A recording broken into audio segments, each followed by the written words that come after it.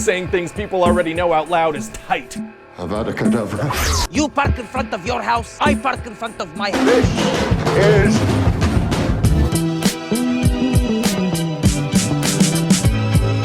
Hey, if you don't stop, I will contact the usher. What's up, everyone? It's Adam from FWCI Brewstew. It's been a little while since I did any Brewstew. I've been swamped with TV shows to do. Brooklyn, Cobra Kai all coming out at once, nearly killed me.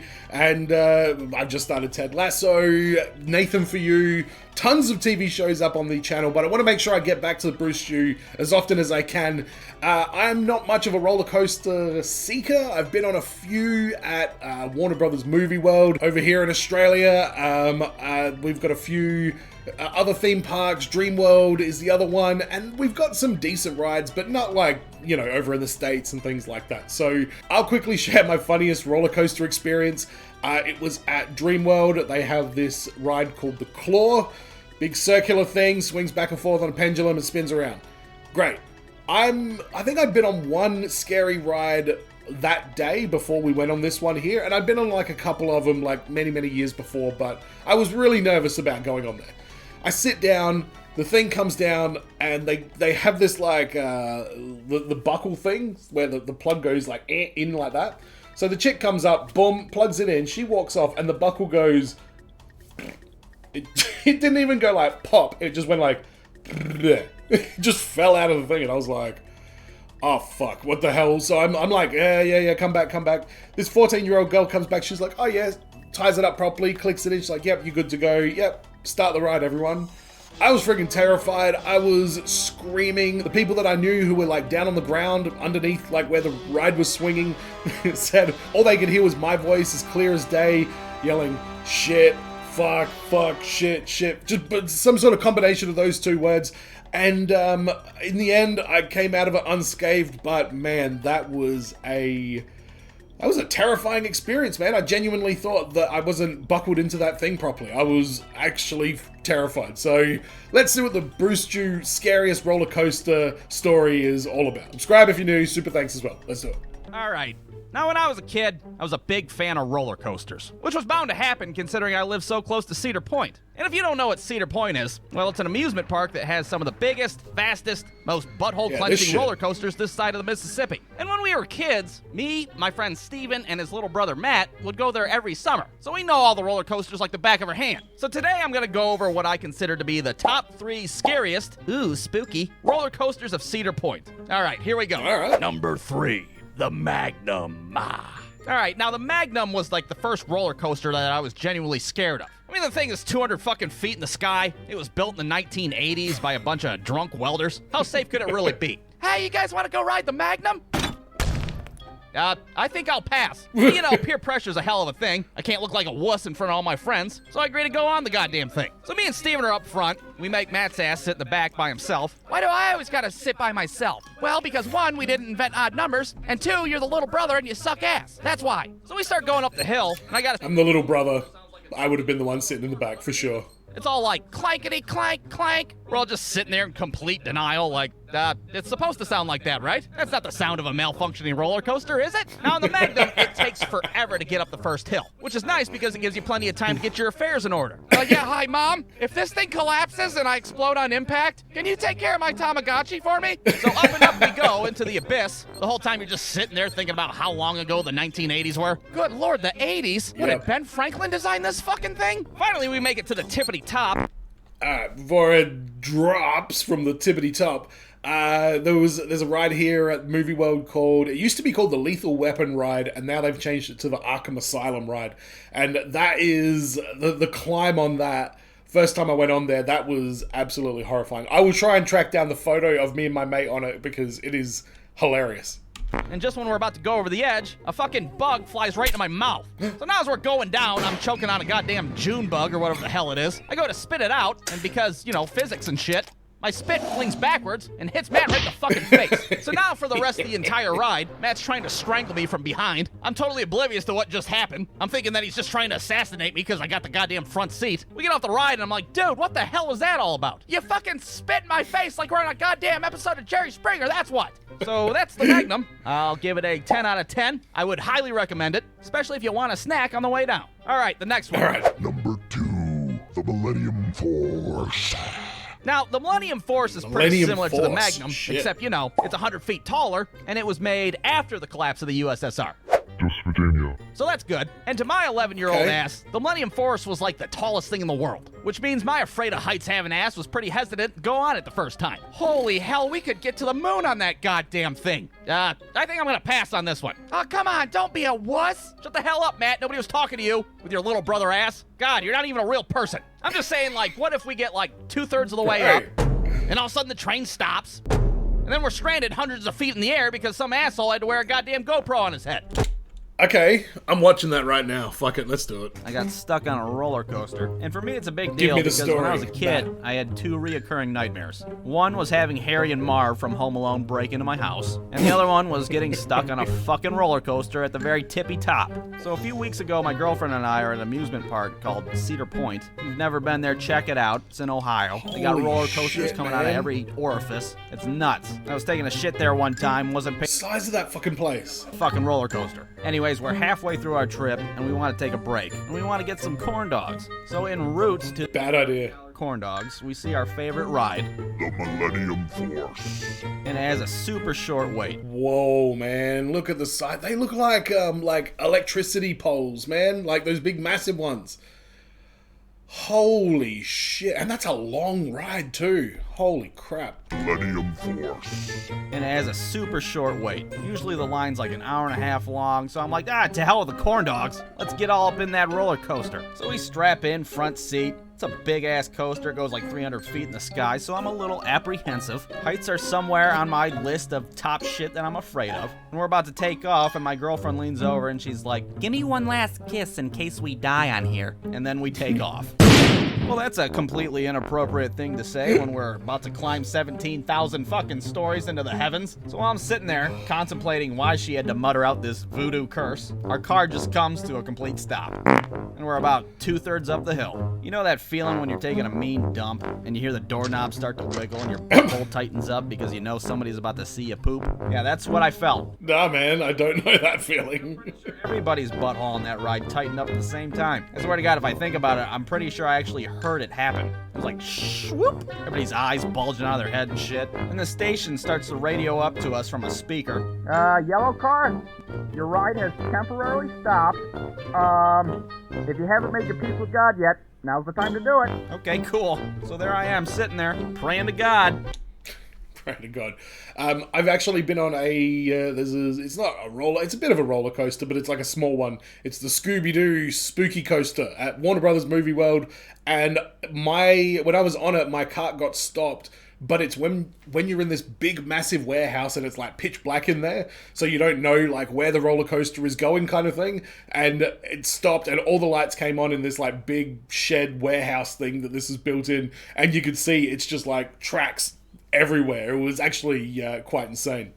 I know God's probably up there like, bitch, you only talk to me when you need something. You should have got the corn dogs, dumbass. This whole time my girlfriend's catatonic, refuses to remove her hands from her face. And I'm like, this is what you wanted, you fucking witch doctor? You cursed us. In case we die on here, in case we die on here. In case we die on this bitch. Everybody down on the ground at this point is hoping that the fucking thing just topples over so they can be on the news. Oh, I just can't believe this. I wonder what's going through their minds right now. I should have got the fucking corn dogs. Meanwhile, I'm up there taking Snapchats of everybody looking at their feet. Because if I don't distract myself, I'm gonna lose my mind. Look at me. I almost look happy. But really, I'm just distracting myself so my pants aren't filled with 2 turds and a puddle of piss. 15 minutes go by, and some dude in a hard hat comes riding up the hill in a fucking bucket. And he stops at this guy sitting at the ass end of the car who's wearing a goddamn GoPro on his head. Yeah, that's right. These assholes stopped the whole ride for a goddamn GoPro. It's not like this dude was wearing a With that being said, you've got your mobile phone on you, which I'm pretty sure you're not supposed to. Don't you leave them in like a little lunchbox thing? fucking double reel camera from the 1920s on his head. Some dude with a boom mic behind him and shit. They take his GoPro away and then they start the ride up like nothing ever happened.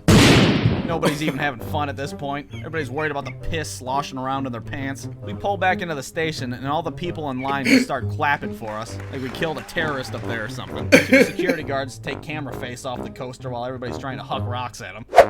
And then Satan himself, or the guy controlling the ride, I mean, is like, hey, sorry that pervert wanted to film the back of your guys' heads. You guys want to go again? No, I think I want to get up. You're going again, bye. 10 minutes later, I'm sitting there, trying to eat my fucking corn dog. My hands are still shaking and shit. People are looking around, wondering what the hell my problem is. Oh, what do you think's wrong with that guy? Maybe when he was a kid, he was abused with a corn dog. So the moral of the story is, well, the moral for me at least, is to never pass up on a fucking corn dog. Bad shit happens when you do that. I swear, like, next time, I'm gonna be at a friend's house, and they're gonna be like, hey, you want a corn dog? And I'm like, yes, I want that fucking corn dog. If I don't eat that corn dog, some horrible shit's gonna happen. Harry and Marv from Home Alone is gonna bust in here and steal my talk boy and my 2 turtle doves. Talk boy, man. I never had one of those. I had like some shitty, like, cheap version of it. Dude, what the hell are you talking about? I don't know, maybe we should just get a corn dog instead. But instead of getting a corn dog, you guessed it, we get on the I'm glad I watched that other one first. That joke was actually worth the time it took to watch the extra video. goddamn Millennium Force. So once again, we make Matt sit in the back, but this time some random Australian dude decides to sit next to him. Now, how do I know he was Australian? Well, because the whole time we were going up the first hill, that guy was like, oh goodness, oh crikey, oh god, we're really high up right now. And look, I know that's a shitty Australian accent, but, well, I'm one man, and that's the best I can do, so you're just gonna have to deal with it. Alright, what was it? Oh goodness, oh crikey, we're really high up now. Oh goodness, oh crikey, we are really high up now. Brewstew, let me know next time you need an Aussie accent. So once again, we get to the tippity top of this ride, and that Australian dude's like, crikey, there's a king croc right there. All right, that's not what he said. I don't know what the hell he said. I'm sure it was something about a boomerang or a fucking kangaroo, the goddamn Sydney Opera House, something like that. Anyways, we go down the first hill. Ever tell you about the time I threw a boomerang at a kangaroo at the Sydney Opera House? It's turned into a Family Guy joke. What the hell? And holy hell, what an experience that was. The amount of G-forces we felt on our shitty little kid bodies, it was like we were in fucking astronaut training camp. The whole time the Australian dude won't shut the hell up. Oh, Vegemite sandwiches! Crocodile Dundee! When we got off that ride, it felt like our stomachs switched places with our assholes. Oi, Steve Irwin, Outback Steakhouse, am I right? Righto. Millennium Force, 10 out of 10. Steve Irwin, yes, but Outback Steakhouse is a joke in Australia. And bloomin' onions are not a thing that exist over here. Sorry if that breaks everyone's heart, but no, we don't do bloomin' onions. That's an America thing.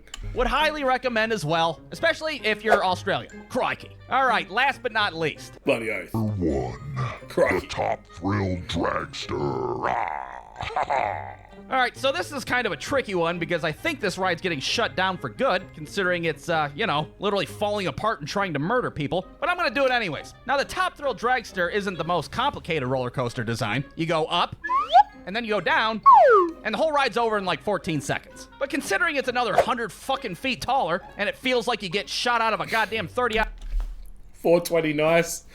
I see you, Brewstew. at 6, I'd say it's pretty intense, to say the least. But those things are not what makes the dragster the scariest roller coaster. No. The scariest part of the Top Thrill Dragster is the fact that sometimes the train doesn't make it over the hump, and you go hurling backwards like a fucking failed physics experiment. So there we are in line, we're about to get on this goddamn thing, and of course the train ahead of us doesn't make it up the first time. Hell, it doesn't even make it up the second time either. Now you'd think at this point, Cedar Point would just shut the ride down, give everybody free snow cones, and pray to God they don't have a class action lawsuit on their hands for emotional distress. What the fuck? Dude, no goddamn way would you catch me dead on that thing. In fact, finding me dead on that thing might be the only way that you find me on that thing. Good lord. But instead, they're just like, fuck it. Third time's the charm.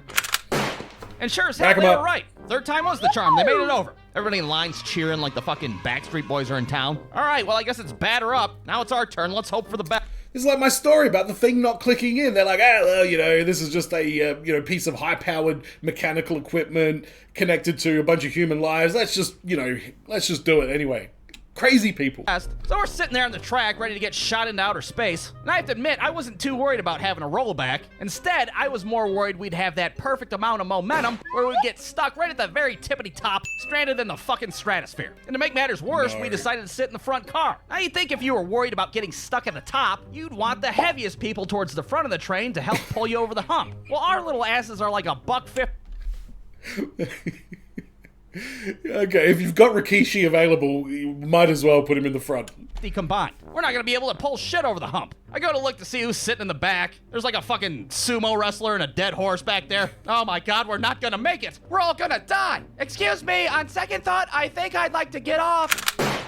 So off we go in the sky like a pissed off Captain Planet, and once we reach the top, I swear this thing slows down to like Zamboni speed. Now I was emotionally distraught at the time, so I could be exaggerating, but I'm pretty sure we were fucking stuck up there for a second. We were like scooching our asses and shit trying to get this thing to move, but somehow, I don't know if it was a slight breeze or maybe somebody let out half a fart, we got just enough momentum to get over the goddamn hump. Now, apparently this happens quite a bit because I found a video on YouTube of the same thing happening to some other poor bastards. It kind of went something like this. Holy hell! Holy hell! Oh, god damn it, I knew it! We should have got a corn dog! Oh my god. When we got off that ride, I think it was safe to say that we were never going to be the same again. My hands are shaking, I'm emotionally distraught, and I may or may not have shat myself. You guys want to do it again? Absolutely. Fuck yes. No! Brewstew Fuck, man. Oh, Greg Rhodes. Who is that? Is Greg Rhodes the Aussie guy? I'm confused at what's going on with that, but oh my god, yeah, that gave me like anxiety just watching that happen on this video, man. Like, yeah, you would not get me on that. You would not get me on there. I went on the, there's one at Dreamworld called the Tower of Terror, and it's just like literally straight up and then straight back down. I'll put pictures of it up.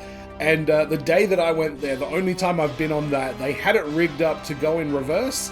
So instead of being like in the little carriage thing looking forward and then you go up and then you come back down backwards, the way they had it was rigged that it would shoot you up the thing in backwards, and then you come down face first. So absolutely terrifying. The other one that's there is called the Giant Drop. No way am I doing the Giant Drop. I think they've got those everywhere. It's just like a thing that just drops you like 100 feet in 3 seconds or whatever it is.